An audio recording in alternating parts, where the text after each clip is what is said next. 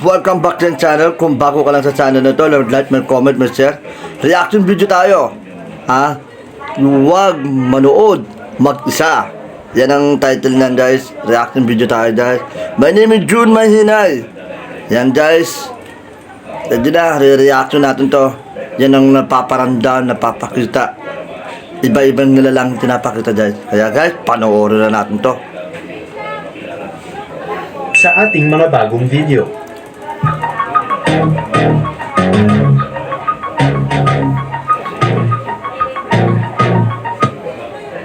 Habang nasa duyan at nagse-cellphone naman ang lalaking ito mula sa bansang Thailand, ay bigla na lamang may gumapang na ahas mula sa kanyang paanan nang hindi niya ito... Yun, gumapang sa paa ni taga-Thailander. Yung gumapang yung ahas. Ano kaya reaction nun? Panoorin natin yan, guys. Mamalayan.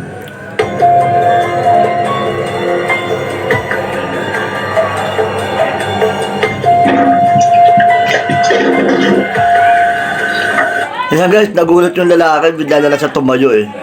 Napapa-relax siya, napapa-enjoy siya sa ano eh. Yan, panoorin natin ito, guys.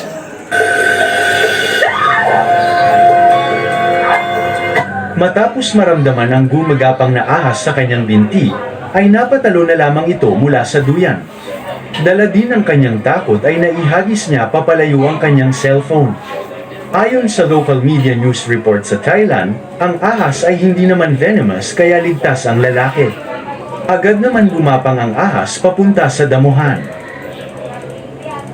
Si Mo ng YouTube channel na Mo Sargi ay kilala bilang madalas magkampang sa iba't ibang nakakatakot at misteryosong lugar. Si Mo kasama ang kanyang kaibigan na si Moshi ay nag-explore sa isang abandonadong lugar na kanyang pag-aari na matatagpuan sa bansang Canada. Subalit lingid sa kanilang kaalaman na ang kanilang mapayapa at tahimik na araw ay mauuwi pala sa isang bangungot. Wow! Nag-set up sila ng duyan sa kanilang napiling Mauuwi kampong. sila sa bangungot, guys. Yan gusto nilang tahimik na lugar. Hindi naman yung lugar nun, delikado, nakakatakot.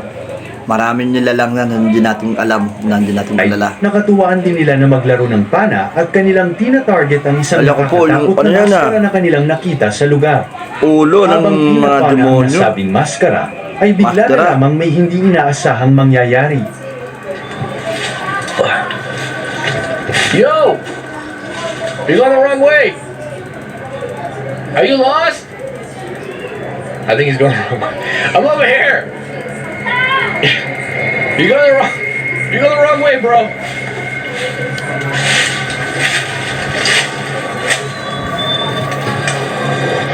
Did you get lost or something?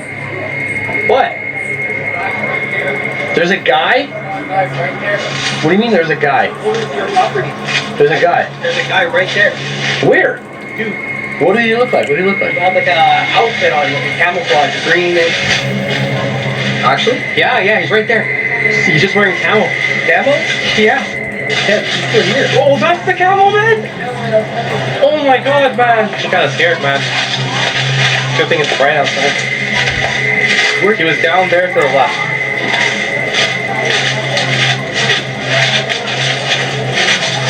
Hello? Pinuntahan niya, guys eh. He was wearing his camo? Yeah, down there to the left. What color? It was like greenish, but there's different shades of green. It's kind of like different black, different shades of gray, but green version. So he's still trying to blend into this Yeah. environment. God damn it with this guy. Who is he? Is he just a random guy that lives here? From what I found his diary last year, or last fall, before I left for the Dominican. Yeah. He had a diary, and in his diary had like pictures of me. So like photoshopped with like a noose around my neck, and this guy hates me. Apparently he was a longtime fan, and he tried to reach out to me to help him out with money, and I never replied apparently. Naka-encounter siya ng isang misteryosong lalaki sa loob mismo ng pag-aaring lupain ni Mo. Ang lalaki ay tinatawag nilang The Camo Man.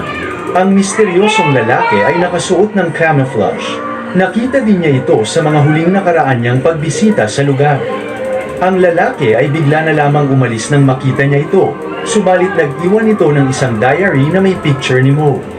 Subalit isa lang ang malinaw, ang Camo Man ay tila ba sinusundan siya kapag pumunta siya sa nasabing lugar. Bro, this is ridiculous. If he's still Dude, I'm actually scared.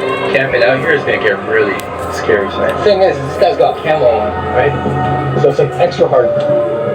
Nagdesisyon si Mo at Moshi na mag-search sa lugar upang hanapin ang nasabing lalaki upang paalisin ito sa lupain niya. Subalit hindi nila natagpuan ang nasabing camo man.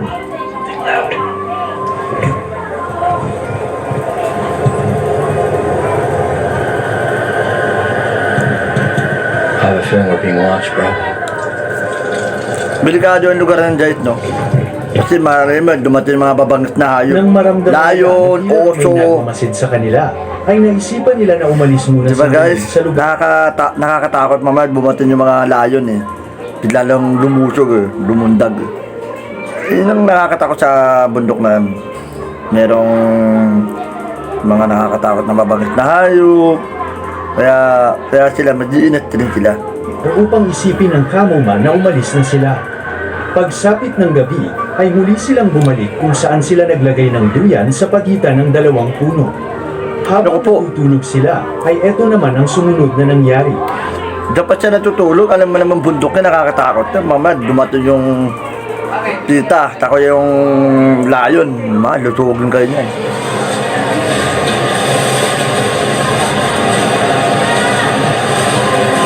Delikado yan. Panoorin niya guys ha. What's that? What's that? What do you mean? Someone just walking around. No. I heard him. I swear to God, he's here. Bro, don't stress me out, bro. Bro, I was literally just walking. Is this a prank? No? Are you pranking me? No, I'm not pranking you. I heard somebody walking around. Like, actually, somebody walking around. Where's the team with flashlight, the bright one? You have it?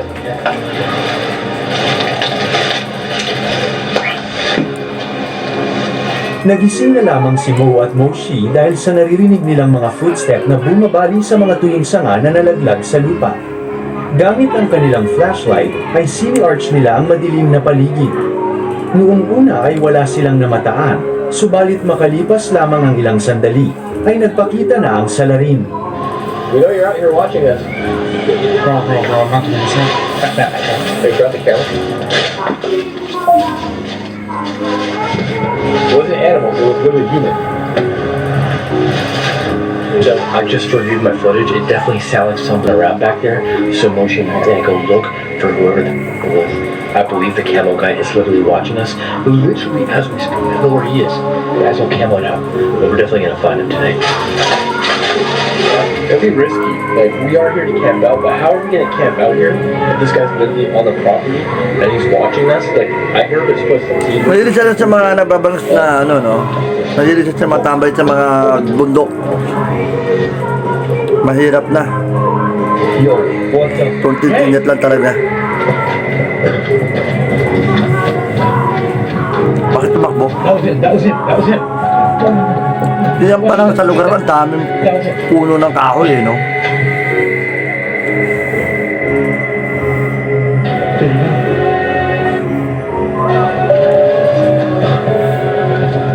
Habang sinesearch nila ang lugar gamit ang flashlight, ay bigla na lamang natanlawan nila ang camo man. Tila ba ang misteryosong lalaki ay gusto silang pasunurin sa kanya, subalit maaaring isa lamang itong trap. Well, that guy, where's he going, ass? The guy was behind me the entire time, hiding in the bush. The only reason why I noticed him because I noticed the flashlight turn on. Yo.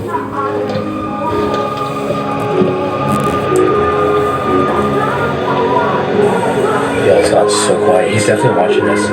Thing is, we need the lights to see. Somehow this guy's able to see in the dark. He's like a freaking vampire or something.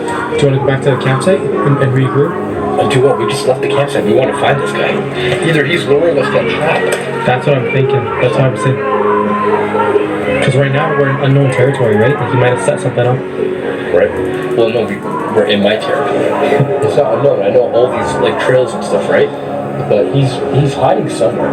Nag-usap ang dalawa kung ano ang kanilang susunod na hakbang na gagawin. Kung kukumprontahin ba ang camo man o di kaya ay bumalik na lamang sa kanilang camping site. Subalit sa bandang huli ay kanilang sinundan ang lalaki upang malaman kung sino ba talaga ito. If I can see any other flashlights, but I don't see anything. Nakakatakot naman yan, guys. Everything. Sobrang nakakatakot, masyadong creepy yung lugar, What no? the hell? Logan. Sa puno pa lang, daming punong kahoy, oh. Sa dilim ay wala pa rin silang Commenter dyan, ah. Tila ba ang kagubatan ay kakampi ng Camo Man May dahil nakikita napapakita sila ba dyan, ito, o- subalit hindi naman nila ito nakikita. Subalit sa Habang kanilang di pa na pagpapatuloy nakikita. ay may na-encounter sila na hindi nila inaasahang mangyayari. What was that? Oh, what the fuck? Ano kaya yun? Oh, bro, what the hell? He's right there. Yo! What the? Ano kaya yun? Tatapang nila, eh, no? Sabagay, dalawa naman sila, eh. Sit tight, bro. Sit tight. Hold on. He's leading us in. Nakita muli nila ang misteryosong lalaki, tila ba gusto nitong makipaglaro sa kanila. Subalit lingid sa kanilang kaalaman, ay hindi pa pala dito nagtatapos ang mga pangyayari. I shoot this from the bow and arrow with this hand. Where'd he go?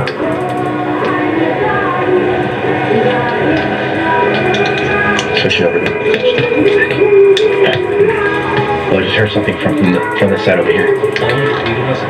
100%. I don't know. He's definitely leaving us a trap though. Here, both his flashlight. I need both my hands, just in case. He's doing one of my hands. I use this for like, I shoot it with an arrow and everything. Dude, he's definitely leading us to a trap, man. I'm telling you. I don't think we should be pursuing this guy at nighttime. You know what I mean? I think it's a stupid idea. He went through the trail. I think he's going back to his actual fort, though. Trying to lead us to some place. Yeah, he's leading us back to the fort. Here, take the camera. Hey, trap one. You gotta zoom in on that? Yeah, I seen him. Ayun, ayun, I seen him oh. running across that. Parang may nakakita ko, guys. Tao yata yan, ah. Dude, this TV freaking flashlight's amazing. Ano kaya yun?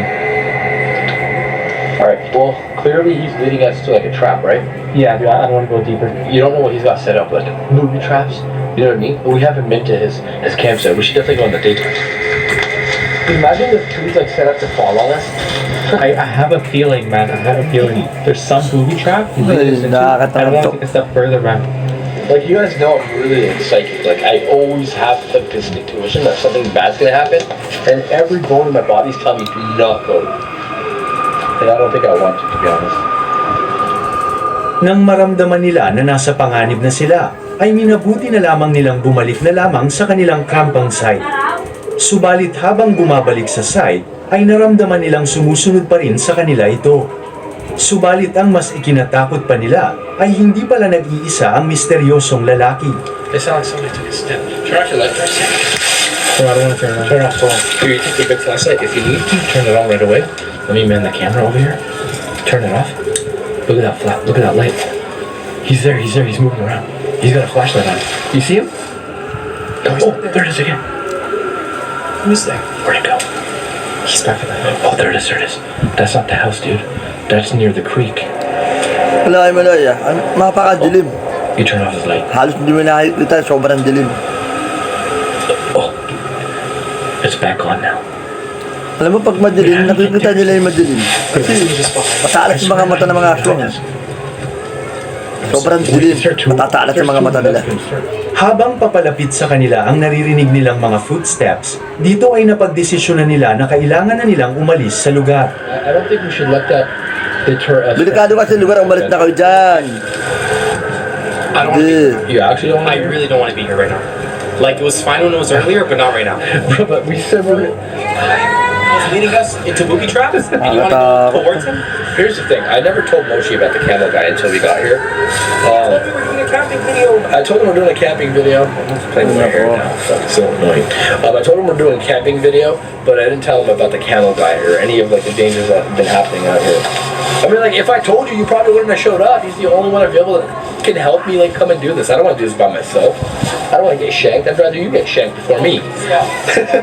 No, I'm just joking. I don't want you to get shanked Don't either. say that. Nadaanan nyo sa tawa, ah. I can't. Awal lumusog yan, yari kayo. Please, bro. Like, you know me, I'm always down to help out, but this is getting too much. We saw him with a flashlight. He was running. He set booby traps. He threw the head, man. There's a bright light out. How about this? We come back in the daytime and we find this piece of shit and get Yeah, rid of and it. let's end it. And let's call the cops or something. Let's just deal with this the proper way. You know? Yeah, let's do that. Habang mas palalim ang gabi, ay nagdesisyon na silang lisanin ang kagubatan. Kinuha na nila ang kanilang gamit at nilisa na ang lugar.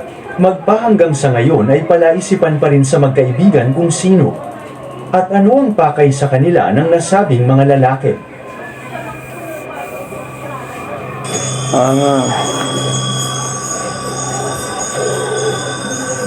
May itak pa. Ano kaya yan? Ang nakakatakot na video namang ito ay nagmula sa sikat na YouTube channel na Oh Mama New. Ang YouTuber ay kilala na madalas mag-explore at magkampang sa mga kinatatakutang kagubatan sa bansang Indonesia. Sa bansa ng Noong Indonesia. August 2024, kagaya ng mga nakaraan niyang camping Taga-Indonesia. trips, ay nag-set up siya ng tent sa tahimik na spot na kanyang Indonesia. napili. Kinagabihan, noong una ay normal lamang ang lahat, subalit makalipas lamang ang ilang oras, ang kanyang payapang sandali ay mauuwi pala sa isang nakakatakot na gabi. Banget sa harap na teman-teman ya. Tuh.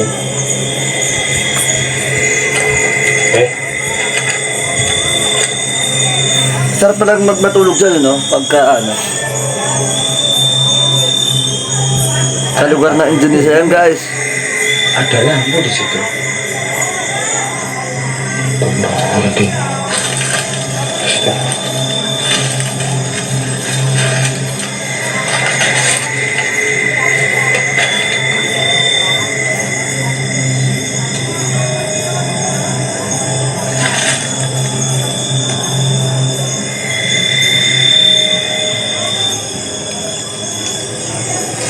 Tadi ya, kayak ada suaranya teriak ya teman-teman. Delikado ang lugar niya, guys, no? Tatry na niya matulog, eh. Kung baka napaparamdam. O ba't tumakbo si kuya? Matapos makarinig ng kakaibang ingay, dala ng kanyang takot at pangamba, ay agad siyang tumakbo papasok sa kanyang tent. Subalit lingid sa kanyang kaalaman, ay mas matindi pa pala ang naghihintay sa kanya sa paglalim ng gabi. Ayan, natutulog. May dala siyang itak, eh. Itakin talaga niya. Hindi mo kaya, may kapangyarihan, may kaluluwa yan. Ayan, dala sa itak. Nire-ready niyo yung itak niya.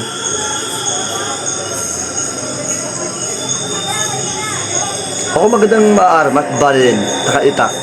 Yan ang magandang panlaban.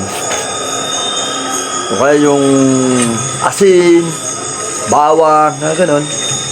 Kaya hindi makuha sa paspasan yan. Asin, bawang, pangontra. Iagis mo yung asin, eh. Nabangas na hayop. Yan, katulad yan. Takin dyan natin, guys.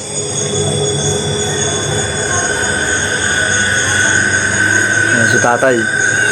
Talagang ready niya.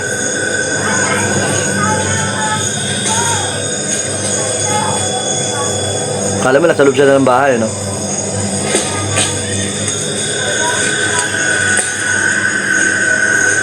Tapos yung video na sa labas.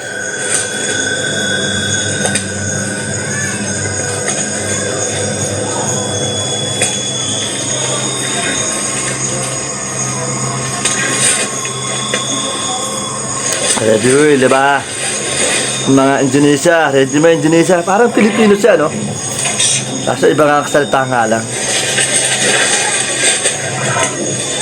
Kako, bubutasin nga. Oo, layo yata yan, eh. O kaya pita. Yung mga ibatik-batik.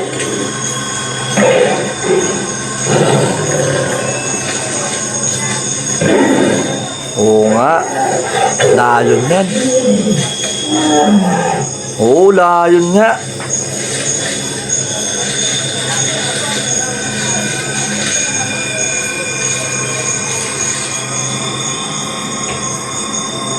Nakakatakot naman yung layon na yan.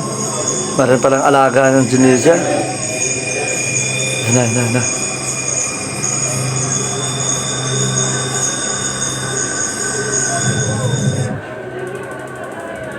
Noong una ay malayo-layo pa ang naririnig niyang tila baungol ng isang mabangis na hayop o maaaring isang nilalang.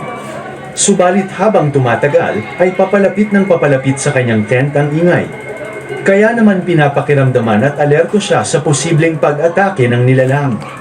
Makalipas lamang ang ilang sandali, ay sinubukan ng nilalang o mabangis na hayop na pumasok sa tent. Mabuti na lamang at hindi ito tumuloy. Sa bandang huli ay ligtas at hindi nasaktan ang YouTuber. Magpahanggang sa ngayon ay nananatiling misteryoso kung anong uri ng creature o nilalang ang nagtangkang lusubin siya. Habang in-record padadala rin ako ng itak. na ito ang Baril yan, kanyang pwede na. batang anak na babae na naglalaro sa tabi ng aparador, ay bigla na lamang may kababalaghan ang naganap subalit na bagabag ang kanyang kalooban. Noong una ay simpleng pagre-record ng video lamang ang nangyayari, subalit ito ay napalitan ng kalungkutan at pighati. Ang nasabing aparador ay lalagyan din ng abo ng kanyang namayapang ina, na halos isang buwan pa lamang nang ito ay mamatay ng araw nang kinuha na niya ng video ang kanyang anak. Habang nakikipag-usap ang kanyang anak sa di nakikitang presensya, ay eto ang nakuhanan ng kanyang camera. Pagmasdan ninyong mabuti. Diyan natin mabuti.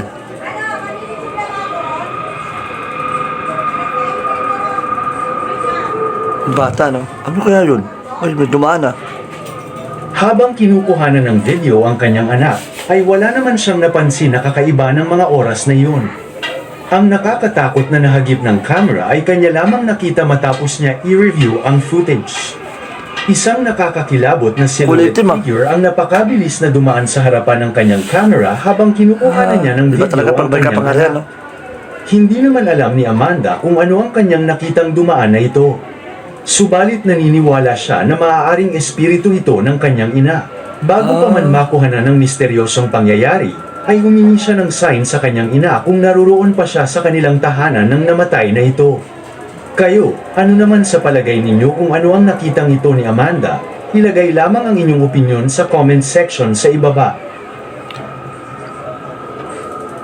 Ang video namang ito ay nagmula sa TikTok username na Magical Poltergeist. Kadalasan, ang laman ng kanyang TikTok account ay mga video ng tungkol sa paranormal activity na nangyayari sa kanilang bahay. Simula pa noong 2023 ay madalas na silang makaranas ng kababalaghan sa kanilang tinitirhang haunted house, kaya naman simula pa noong 2023 ay idinudokumento na niya ito at nag-set up ng camera sa bawat sulok ng kanilang bahay.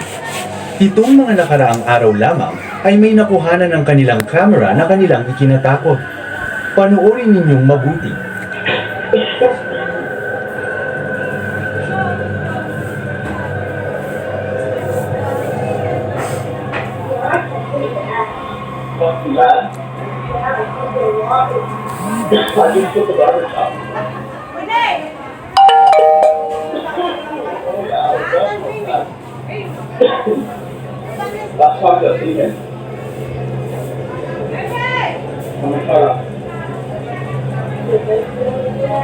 No, I'm not gonna make you mad. I promise you. I'll have the holy water.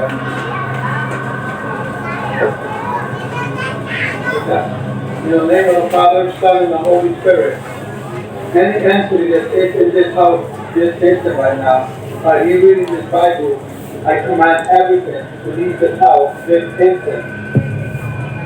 Whoa! Oh, ano nangyari? Whoa! What do you want? Biglang tumatakbo. In the name of the Father, Son, and the Holy Spirit, I ask you to leave this house right now. Ay, ako, grabe mo ng paramdam niyan. Leave this house now! Now! Leave this house now in the name of the Father, Son, and the Holy Spirit. Ano kaya Leave yun? it now! Na nagwawala. Ilalayas na yan, Sa lilipat na yung pagpasok pa bahay lamang yan. ng uploader Na sa kanilang grabe mong kusina, paramdam. ay makikita sa footage ang biglang kusang pagbaligtad ng krus na nakasabit sa pader ng Oh. kusina. Tila ba may hindi nakikitang nilalang o force ang may kagagawa nito? Inikot niya, no? Dahil nakakaramdam ito ng kakaiba sa lugar, ay agad niyang kinuha ang Bible Grabe at naman krus paramdam, no? upang magdasal. Makalipas lamang ang ilang sandali, habang nagsisimula pa lamang siyang magdasal, ay kusa namang gumalaw at tumunog ang wind chime na tila ba may force na bumangga dito. Dala naman ng takot ng kanyang anak, ay agad itong tumakbo papalayo sa kusina. Oh, Bigla ding may grabe. isang bagay ang dumula sa table na malapit lamang sa uploader.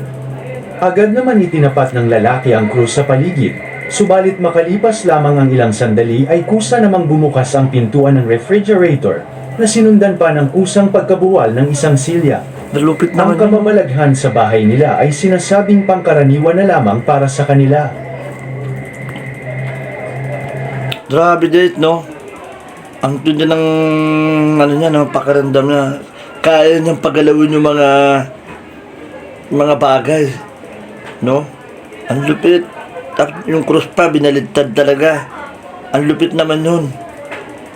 Ito, net naman. Sa bansang Brazil naman, isang nakakaantig ng puso ang nakuhanan ng isang CCTV camera matapos iniligtas ng isang binata ang kanyang nakakabatang kapatid na babae mula sa isang kapahamakan. Panuorin ninyong mabuti. Ano ngayon? Ano meron?